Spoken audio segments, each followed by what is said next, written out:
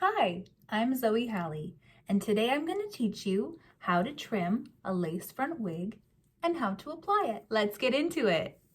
If you're thinking to get into the wig game, here's some things that you should know. You can opt for a lace front wig, a partial lace front wig, or a normal wig without a lace front. Today I will focus on a lace front wig, but keep watching because later I'll show you how to make your normal wig look even more realistic. Here's a list of what you will need. First, a breathable wig cap. This type of mesh allows your head to breathe more than a nylon cap. Next, you'll need a hair elastic or two. Keep a clip nearby to hold excess hair while you do some trimming. A pair of tweezers will help you pluck the hairline to make it look even more natural. A spoolie brush to add baby hairs. Tried and true, got to be glued, blasting freeze hairspray. A headband or something to hold the hairs tight as the glue is setting. Let's prepare my hair for the wig. Take your hair tie and slick back your natural hair to the base of your neck. Try to tie it as low as possible, nice and snug. Next, we're going to grab our hairnet. Place the wig cap on the top of your forehead, scoop your hair up into the wig cap, and spread it around evenly. Make sure to tuck all hairs tightly underneath.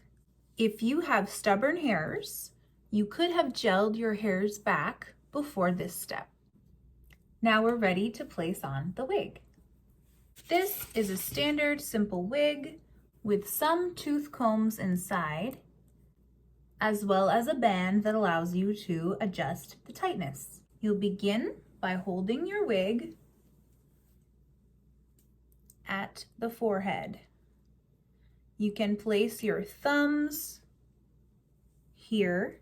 Get a rough idea as to where you want the hair to sit, and then place the rest of your hair inside of it. With this wig, there's a lot of lace, and so I'll have to pull it quite forward on my forehead, as you can see. So, given that I happen to have a widow's peak, I'm going to want to leave some room around the widow's peak. You always want to leave some excess lace around the hairline to blend it in a natural way. First, find out where the wig fits in relation to your ears. The only part I'm going to change is this little part here. You can actually trim around your ear. Hold this part, make sure you have more than enough for the sideburn. I'm going to take the excess hair and hold it up and away. So there's my natural hairs. Now we've got to take care of the center. We're gonna do this in sections. Just take your time. Kind of go up, kind of go down. Just to go back over here, we know how much we need here for the sideburn, so we're good. And we're just gonna do that same thing.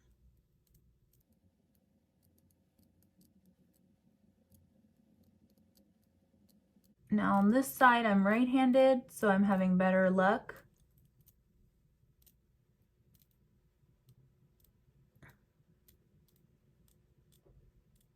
Giving myself still lots of excess.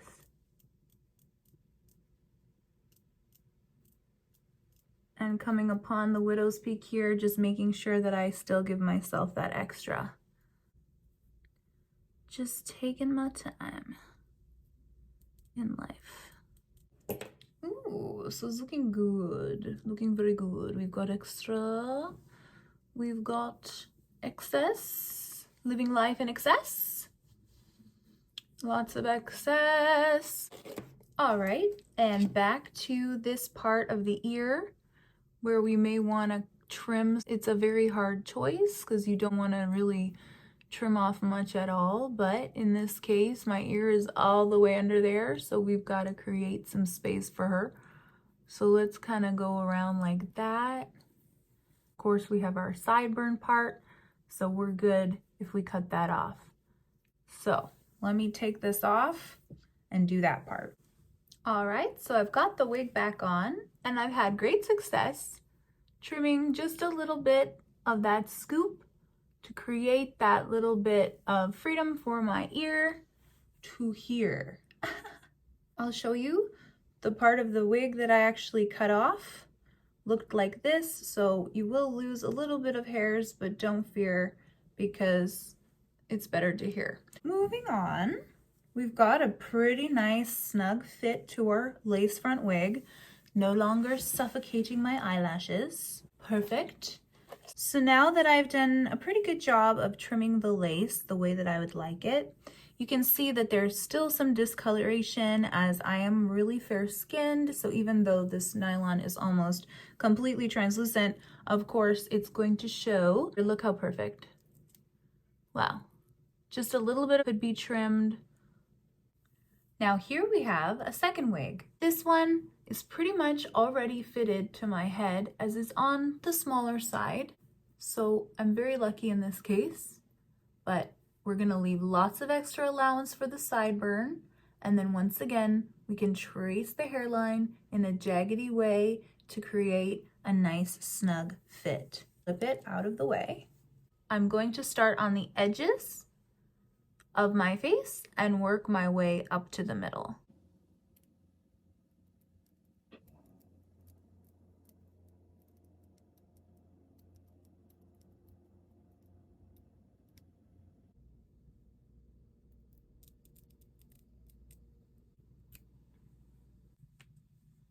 I am so pleased with the way this one turned out. You can see that there's a little bit left for the sideburn as planned for. Now for another one. Let's get into it. This wig is very similar and has the same straps that can be tightened for snugger fit. Place it on the forehead and pull it down. And I like to actually hook this part into the other part. I've got the two straps together and now the wig is fitting nice and tight. So once again, we're gonna first look to where the wig is sitting on the ear. And we wanna have enough slack for the sideburn here. So we can cut all of this basically and free up all that space. So again, don't pull too hard, but nice and snug. Now this wig has a part, so the ears are making the part go to the side. So you can play with the part, you can fix it with makeup later, because right now it's looking pretty dense and not as natural as possible. In this case, we're gonna use the spoolie as well to bring down some of the baby hairs to make things look more natural. That's gonna help a lot later on. But let's get to trimming. Let's get this hair out of the way. Just aiming lower than my hairline again here. And if you don't get it perfect, that's gonna be fine because you can always take it off and trim it more finely in that jagged pattern by using a wig head or even freeform. Just don't go too fast. Go very slowly because especially if you're working with a sharp pair of scissors, you don't want to come into any difficulties.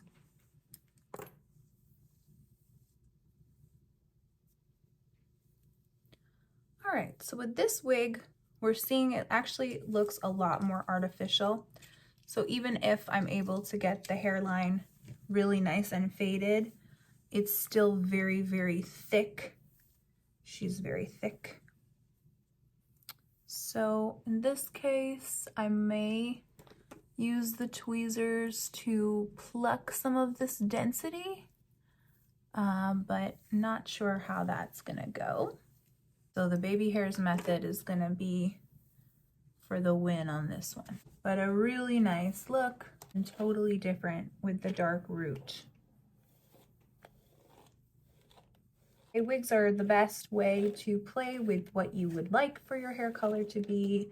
And sometimes things just are not meant to be for us. So why not just have a fun wig?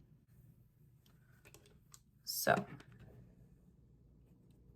I'm not gonna add baby hairs until I get this perfectly cut because it's not going to be favorable. So let me go ahead and put it on my wig head and see if I can get it even more perfect. So now that I've gone ahead and trimmed the excess, this wig could almost be worn without glue.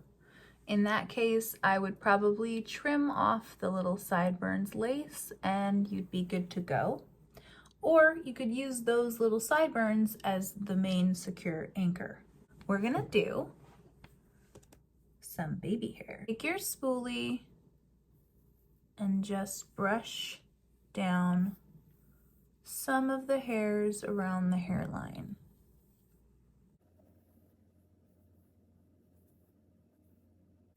Once your wig is off, you can go ahead and steam these little hairs in the direction that the hair is growing, that your forehead. But right now we're just going to go ahead and trim them like this. You're going to be cutting into your hair doing this technique. Use your scissors pointed in an upward way and go very slowly. Make sure there's nothing that could take you by surprise. So already these little hairs are doing their job. They are looking very, very natural. Look at that, wow. See what we can do around here. Just looks a little bit too full. Once again, combing down the baby hairs. A little bit from everywhere. And then cut a little bit into them to thin them out. And then pull down. Nice. So there we've achieved some baby hairs. Let's see how it looks with the hair down. Very realistic. Awesome. Get some root up there and maybe trim the hair later so that it's just a little lighter off the face. So I have proved that this wig can definitely be worn glueless. I would contemplate cutting these little pieces as I mentioned, because this is so close to my own hair. I would even be able to literally bring my own hair down, and this would even create a very natural effect too, as you can see. So perhaps the lace in this case may go. It's another reason why there are partial lace front wigs created, so that you can have your hair coming through.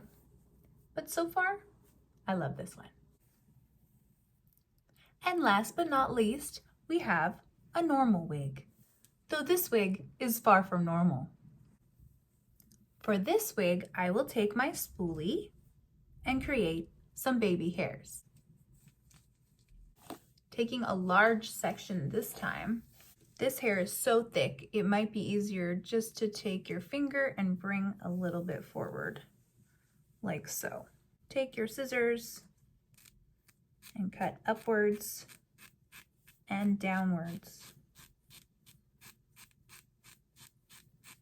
at the same time, pulling the excess hair away. Longer on the sides and shorter in the middle. But as you're going over the hairs, you don't want to cut into them in a straight way. You're using the scissors as a razor. So still way too much bulk to look realistic, but you're seeing that it is looking a little bit more realistic as we go about this process. So continue until you get your desired effect.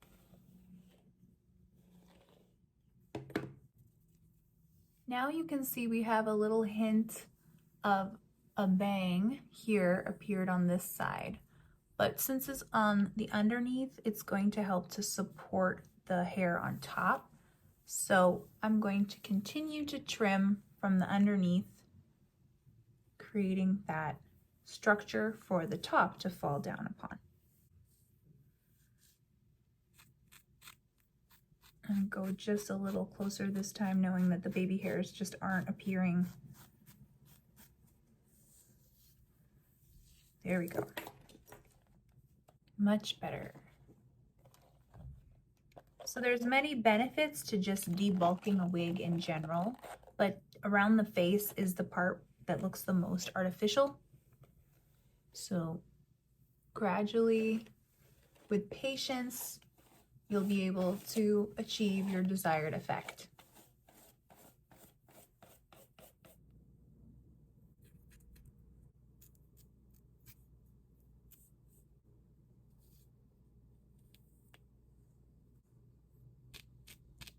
And here's the final result. Trimming some of the baby hairs and even maybe using a razor later to manicure some of these fine ones makes it look completely realistic and hardly anyone may be able to tell it's a wig. I only had to trim a little bit and now it's perfect. So now let's put one on.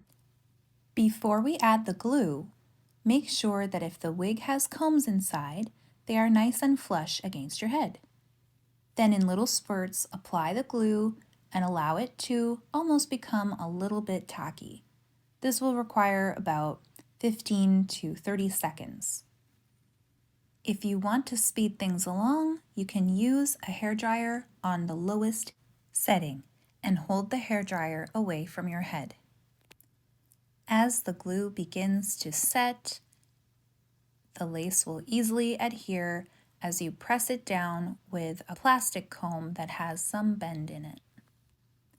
I like to begin at the top center of my head and work my way down towards my ear, repeating the same exact way on the other side. Around the sideburn, I like to add a little bit extra glue just to make sure that the wig stays anchored. I have found this gluing method to be very successful, and you can even run your fingers through your hair, and even if you get a strong hug and your hair gets tugged on, it will not move. Here I'm just completing the other side, pulling the lace slightly downward to create a very snug fit. An unforeseen benefit of wearing a lace front wig is that it can create the illusion of a facelift. Some people go as far as taking hair that's near the temples and pulling it back to the top of the head to create a tightness with a little ponytail. Here I'm using the other side of a coloring brush for hair color to melt down the edge. And here's the finished result. After, I still will continue to trim some of this, as I don't think that the excess is completely necessary, but it's always a good idea to leave yourself a little extra than to have too little. If you find that your new hair has too much shine, you could add some dry shampoo to dull it down and make it look more natural, like human hair. If you have dark hair, go ahead and get a dark dry shampoo, as a light one may leave a white residue. I hope that you found this tutorial helpful today and that you're brave enough to try wigs for yourself. It took me a long time to build up the confidence to do a lace front, but I am really very pleased with the results. And just like anything that you try for the first few times, you will get a hang of it eventually. Now that the wig is on, how do we get it off? Stay tuned for where I will tell you how to remove it effortlessly and without pain.